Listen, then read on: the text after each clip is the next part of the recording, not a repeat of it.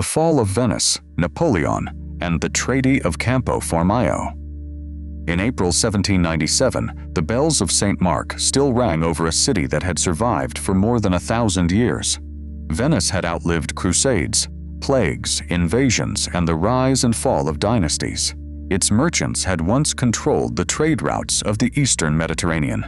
Its fleets had carried armies, pilgrims, spices, silk, and treasure between Europe and Asia. Its diplomats had mastered the art of surviving between stronger powers. From the marble halls of the Doge Palace, the Republic had watched kings become emperors and empires disappear. But now its fate rested in the hands of a 27-year-old French general who was not even standing in Venice. Napoleon Bonaparte had crossed the Alps, defeated Archduke Charles, and advanced deep into the hereditary lands of the Habsburg monarchy. By early April, French troops had reached Leoben, little more than 100 kilometers from Vienna. Austria wanted an end to the campaign. Napoleon wanted a peace that would transform military victory into political power. On the 18th of April, French and Austrian representatives signed preliminary peace terms near Leoben. The guns fell silent, but the borders of Europe were still unsettled. Austria expected compensation for the territories it would surrender. France wanted recognition of its conquests in Belgium and northern Italy. Between them lay the lands of a neutral state that had not been invited to the negotiations. That state was Venice. The danger had been building for more than a year. The Venetian Republic had declared neutrality in the war between revolutionary France and Austria.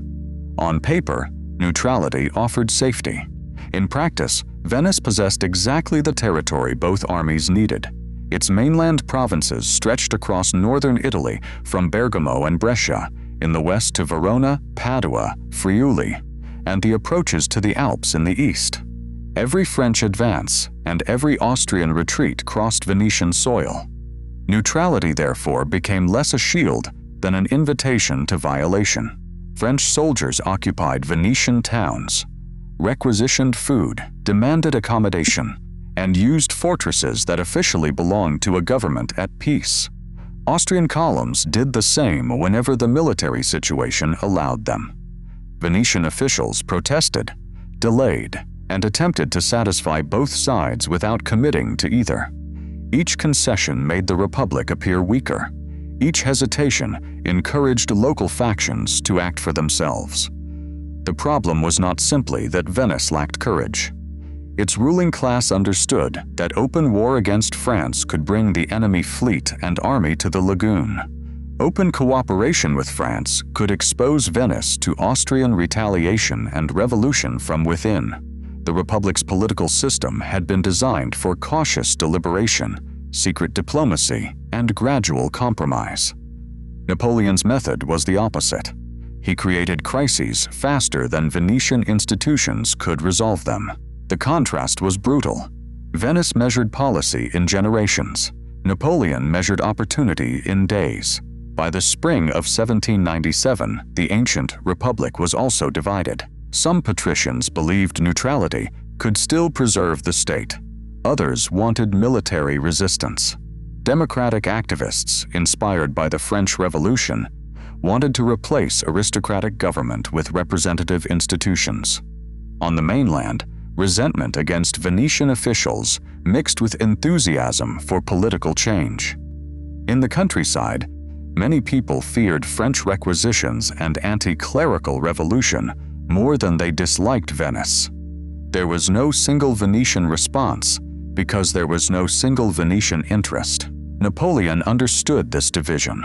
He could threaten the ruling elite, encourage its opponents, punish resistance, and present each intervention as the defense of liberty or French soldiers. Yet it would be misleading to imagine that every event followed a plan written in advance. Local revolutionaries had their own ambitions. French officers often acted aggressively without waiting for precise instructions. Venetian subjects reacted to occupation, taxes, food shortages, and fear. Austria remained a dangerous enemy until the preliminary peace was signed. And even as diplomats discussed peace at Leoben, violence was beginning in Verona. Verona had lived under French military occupation since June 1796, despite belonging to neutral Venice. The city was strategically essential. It controlled roads along the Adige and stood near the routes connecting the plains of northern Italy to the Tyrol. For the French army, it was a base, a fortress, and a supply center. For many inhabitants, it became the most visible symbol of a neutrality that no longer protected them. Months of requisitions, billeting, and political agitation deepened hostility. In March 1797, pro-French revolts removed Venetian authority from Bergamo and Brescia. French involvement was real, although local revolutionaries also pursued goals of their own. To Venice, however, the pattern looked unmistakable. Its mainland state was being dismantled city by city, while French commanders continued to speak the language of neutrality. Then, on the afternoon of the 17th of April, Easter Monday, Verona erupted. The immediate causes remained tangled in rumor, panic, and deliberate provocation. A false proclamations circulated under the name of a Venetian official, appearing to call the population to arms against the French. Church bells sounded. Crowds gathered. Fighting spread through the streets. French troops outside the strongest positions were attacked, and the garrison withdrew into the city's fortified castles. For several days, Verona became a battlefield. This was not a neat confrontation between organized armies. Civilians, militia, peasants, Venetian troops, and French soldiers fought amid narrow streets and fortified heights. Some fought for St. Mark and the Old Republic. Others fought to expel troops who had lived at their expense. Later propaganda exaggerated parts of the violence, and claims of systematic massacres must be treated carefully. But the revolt itself was genuine, the fighting was severe, and French soldiers were killed. The insurgents could trap the garrison, but they could not defeat the French army gathering outside Verona. Reinforcements approached. The city was increasingly isolated. By the 23rd and 24th of April, organized resistance was collapsing. Verona surrendered, hostages were demanded, and the punishment was heavy. Contributions, confiscations, requisitions, arrests, and executions followed. The uprising became known as the Veronese Easter. For Napoleon, it offered powerful evidence against Venice. Whether the central Venetian government had ordered the revolt mattered less than whether he could hold the Republic responsible. He portrayed the violence as treachery. French troops had been attacked while France respected Venetian neutrality.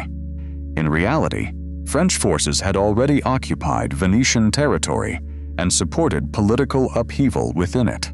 Both sides accused the other of violating an arrangement that had long ceased to exist in practice.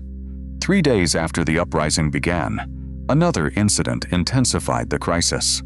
On the 20th of April, a French vessel, Le Libérateur d'Italie, attempted to enter the port of the Lido. Venetian defenses fired upon it. The ship's commander and members of its crew were killed. Venetian authorities argued that an armed foreign vessel had violated regulations governing access to the lagoon. Napoleon treated the incident as another attack on France. The sequence was devastating. Napoleon described the revolt as the murder of French soldiers and the Lido incident as an assault on the French flag. He combined military pressure with revolutionary language and diplomatic accusation. The ancient republic had become isolated. Austria, its traditional rival, was negotiating with France. Britain could not place an army between Napoleon and the lagoon. Venice's own mainland territories were divided between revolution, occupation, and resistance. The government had soldiers, ships, fortifications, and weapons, but it lacked a unified strategy for using them. On the 2nd of May, France declared war on Venice. Napoleon's demands were not limited to punishment for Verona or the Lido. He wanted political transformation. The aristocratic government was to give way to a new order friendly to France. Officials associated with resistance were to be surrendered. French troops were to be admitted. The Republic was expected to dismantle itself under the threat of force. Venetian envoys tried to negotiate. They offered apologies, concessions, and the punishment of individuals. Napoleon rejected solutions that preserved the old constitution. By this stage, reform was no longer enough. Venice itself had become useful as territory, as compensation, and as proof that Bonaparte could decide the fate of states. The French army moved toward the lagoon. Napoleon did not need to bombard Venice if fear could open the city first. By the 8th of May, French divisions under generals Victor and Barragate d'Illiers had occupied the approaches to the lagoon. Napoleon informed the Directory that French forces controlled the Venetian mainland and were preparing to enter the city by force if negotiations failed. He remained near enough to direct events, but he did not personally enter Venice during the collapse of the Republic. Inside the lagoon, the government faced an impossible calculation. Venice still possessed ships, weapons, troops, and the natural defenses of the lagoon. But its rulers doubted these forces could survive a siege while political authority disintegrated. They feared bombardment, famine, revolution inside the city, and the harsher punishment that resistance might provoke. Doge Ludovico Manin had spent his final months trying to preserve neutrality. He was not a warrior and did not pretend to be one. His government had watched Bergamo and Brescia break away, Verona revolt, French troops close the mainland exits, and Austria begin bargaining over territories that did not belong to it. Every available choice now seemed to lead to disaster.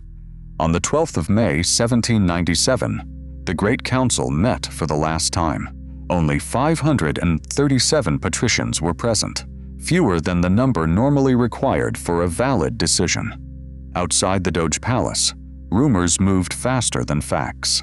Some claimed the French were about to attack.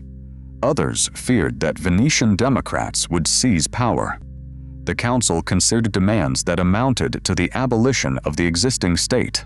The aristocratic government would surrender authority to a provisional municipality. A tree of liberty would be raised. French troops would enter the city, and officials accused of opposing France would be handed over. Then gunshots sounded in St. Mark's Square. The shots were not the beginning of the feared revolution. They appear to have been a salute fired by departing Dalmatian troops, the Schiavoni, honoring the banner of St. Mark. But inside the council chamber, the sound produced panic. Men who believed violence had already begun voted under the pressure of uncertainty and fear. The result was overwhelming. 512 supported the transfer of power, 20 opposed it, and 5 abstained. With that vote, taken without the normal quorum, the governing body of one of Europe's oldest republics declared its own authority at an end.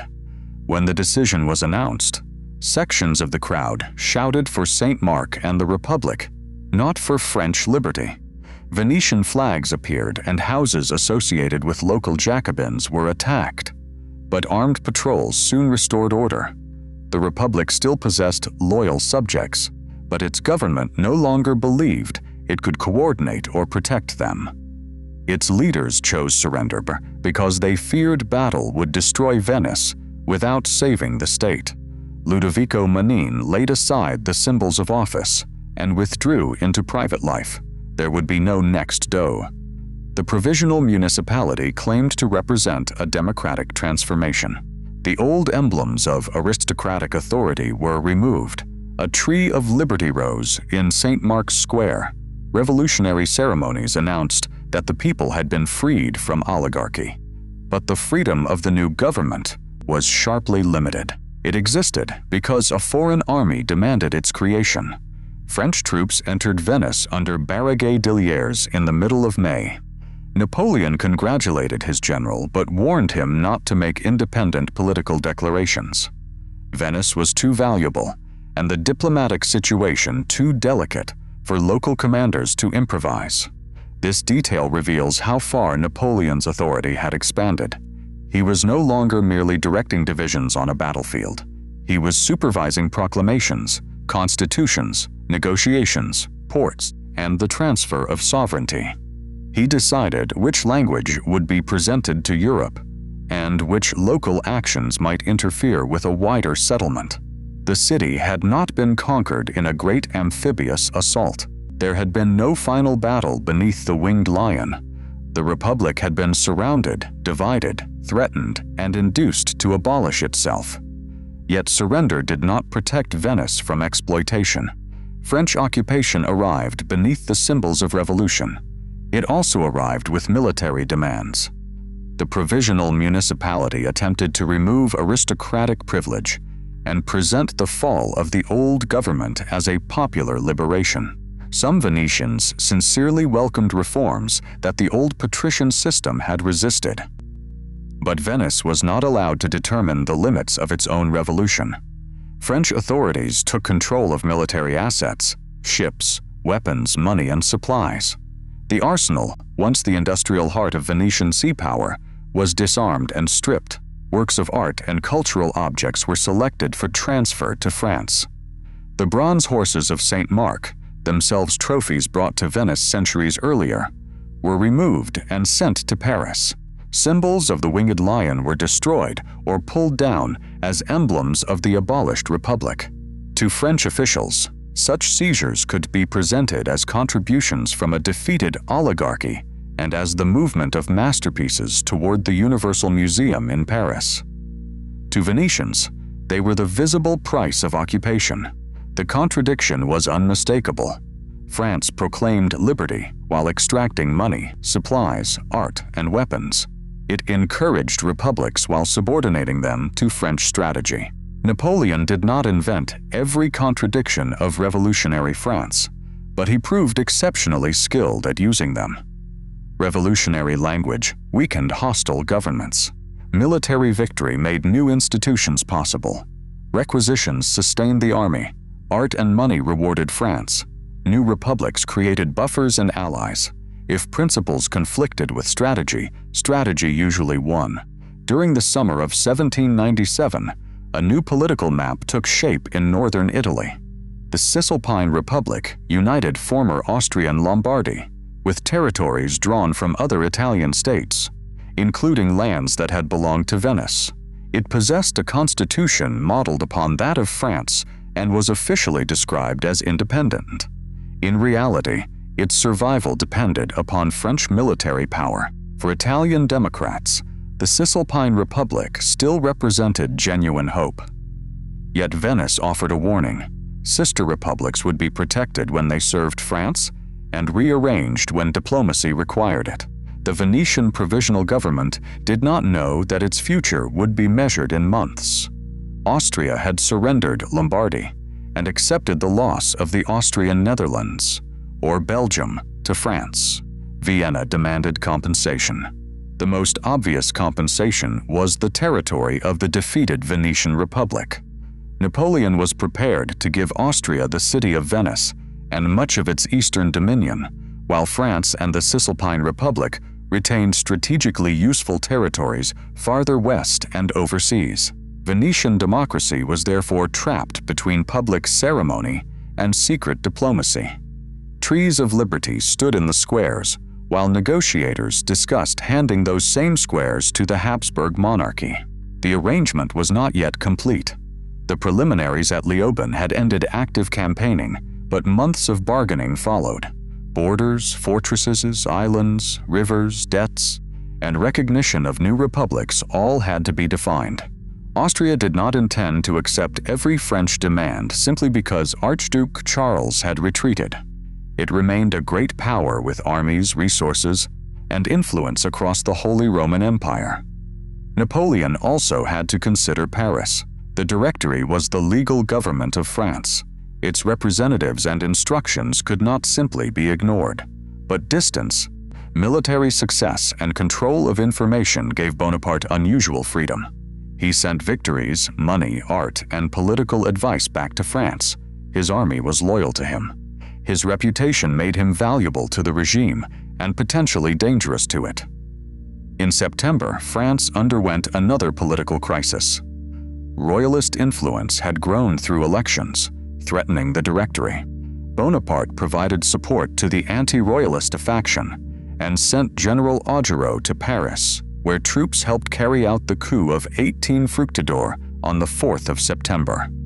The coup strengthened the Directory, but it also demonstrated that the victorious general in Italy could influence power in the capital. When final negotiations with Austria intensified later that month, Napoleon approached them with authority no ordinary 28-year-old general had ever possessed.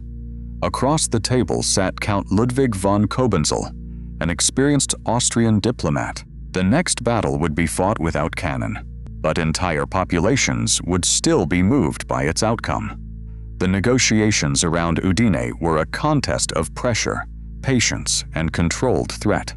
Cobenzl represented an empire that had lost battles but had not been destroyed. Austria wanted peace, yet it could still resume the war if French demands became intolerable. Napoleon represented a republic whose armies had won astonishing victories, but France remained exhausted by years of conflict. The army of Italy had advanced far from its bases. Britain was still at war. The political situation in Paris remained unstable. Both negotiators needed an agreement, but neither wanted to appear desperate. Napoleon shifted between conciliation and intimidation, emphasized the danger of renewed war, and created pressure through deadlines. Cobenzl resisted and demanded compensation. Venice became the central currency of compromise. This was the harsh logic of 18th century diplomacy. Territories could compensate rulers for losses elsewhere. Populations might be transferred without consultation. Revolutionary France claimed to represent a new political age, but at Campo Formio it participated in a very old practice, stronger states deciding the fate of weaker ones. On the 17th of October 1797, France and Austria signed the Treaty of Campo Formio near Udine. The treaty ended the war between the French Republic and Emperor Francis II. Austria formally accepted changes that French victories had created. It renounced the Austrian Netherlands in favor of France. It recognized the Cisalpine Republic as an independent power and abandoned its claims to the former Austrian territories now included within it. In return, Austria received the city of Venice and most of the former Venetian possessions east of the agreed frontier, including Istria, Dalmatia, and the Bay of Kotor. The Cisalpine Republic retained former Venetian lands to the west and south of the new boundary, including Bergamo and Brescia. France took the Ionian Islands, including Corfu, Zakynthos, and Cephalonia, and other former Venetian positions valuable for operations in the eastern Mediterranean. Secret provisions also addressed French ambitions along the Rhine. The settlement pointed toward recognition of France's frontier on the left bank, although further negotiation with the states of the Holy Roman Empire would be required. France obtained Belgium, secured influence over northern Italy, gained strategic Mediterranean islands, and forced Austria to recognize the order created by Napoleon's victories. Austria lost Lombardy and provinces in the west, but acquired Venice and a long Adriatic coastline. The people of Venice had no seat at the table. Only 5 months earlier, the old republic had been forced to surrender power in the name of liberty. Now the democratic municipality created under French protection was to disappear, and the city was to be handed to an emperor. The contradiction was so clear that even supporters of France struggled to disguise it. For Napoleon, the decision was strategic. A peace with Austria would consolidate the Italian campaign, isolate Britain, and allow France to redirect its attention. Preserving an independent democratic Venice was less important than obtaining a favorable continental settlement. The Ionian Islands also offered France naval bases and influence on routes toward the Ottoman Empire and the Eastern Mediterranean. This did not mean that Napoleon could predict everything that would follow. Campo Formio was not the final settlement of Europe. The borders it created would be overturned by later wars. Austria would return to conflict with France. The Cisalpine Republic would be transformed repeatedly. The Ionian Islands would become a target of competing empires. Peace was real, but it was temporary. Nor did the treaty end the entire war. Britain remained undefeated and continued the struggle against France. But the major continental coalition that had fought the revolution was broken. Napoleon returned from Italy as the general who had compelled one of Europe's greatest monarchies to negotiate on French terms. The military meaning was enormous. The political meaning was greater. Before the Italian campaign, Napoleon had been a talented young officer dependent upon the government in Paris. After Campo Formio, he had negotiated borders, created republics, overthrown governments, transferred territories, influenced a coup, and signed peace with an emperor's representatives. He was still a servant of the French Republic, but he had begun to act like the author of its destiny. The transfer of Venice was completed in stages. French forces and the provisional municipality remained temporarily, but their future had already been decided. In January 1798, Austrian troops entered the city. The democratic experiment created under French occupation ended, and the flag of the Habsburg monarchy replaced the revolutionary symbols. Venice had passed from an aristocratic republic to French-controlled municipality, and then to Austrian rule in less than a year. Its statehood was not restored when Napoleon eventually fell. The Congress of Vienna returned many territories and dynasties after 1815, but it did not recreate the old Venetian Republic. The city remained under Habsburg control until the 19th century struggle for Italian unification finally incorporated Venice into the Kingdom of Italy. For France, Campo Formio appeared to crown an extraordinary campaign.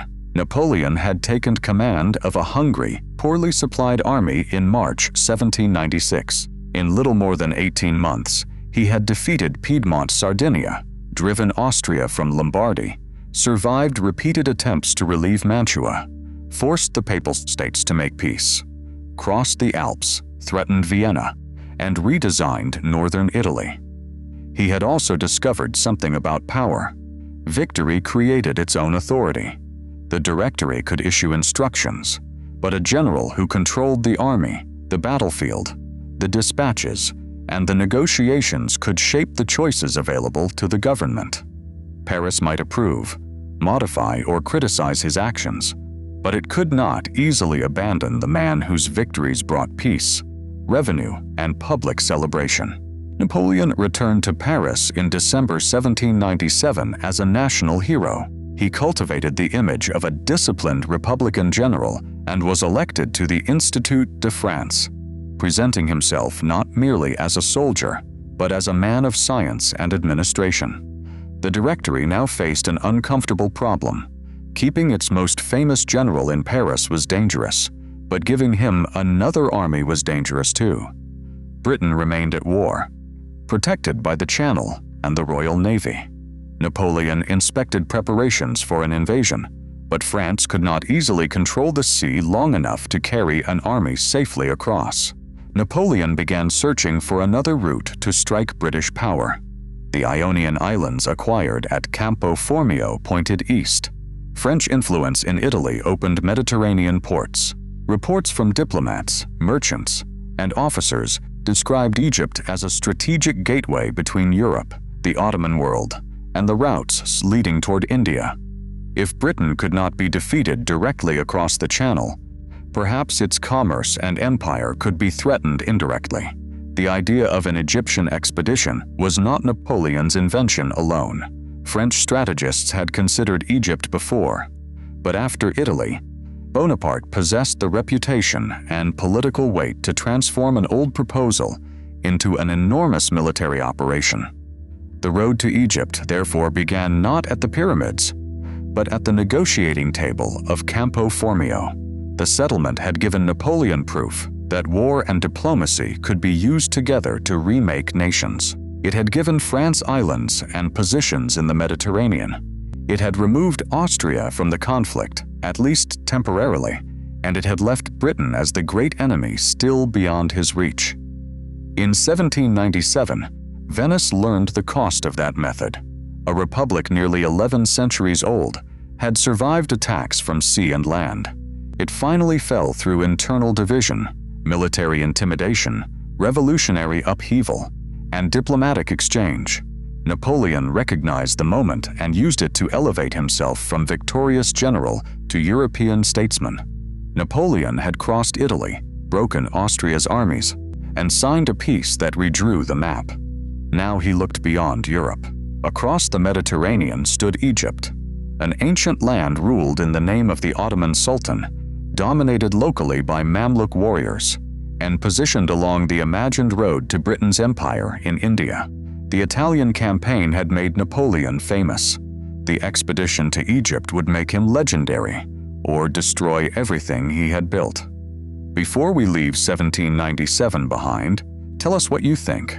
Was Campo Formio a brilliant peace that protected France's victories and saved thousands of soldiers from another campaign? Or was it a betrayal of the liberty Napoleon claimed to defend? Share your answer in the comments. We want to know how you judged the decision that ended one of Europe's oldest republics. If you value carefully researched history, animated strategic maps, and stories that examine both the victories and their human cost, support the strategic past by liking this video and subscribing to the channel. Turn on notifications so you do not miss the next chapter. Every subscription helps us continue researching, illustrating, and bringing these campaigns to life. In the next episode, the French fleet sails into the Mediterranean, Malta falls, and Napoleon's army marches toward the pyramids, while a British admiral hunts them across the sea. Join us as Napoleon leaves Europe behind and begins the most ambitious and dangerous campaign of his life.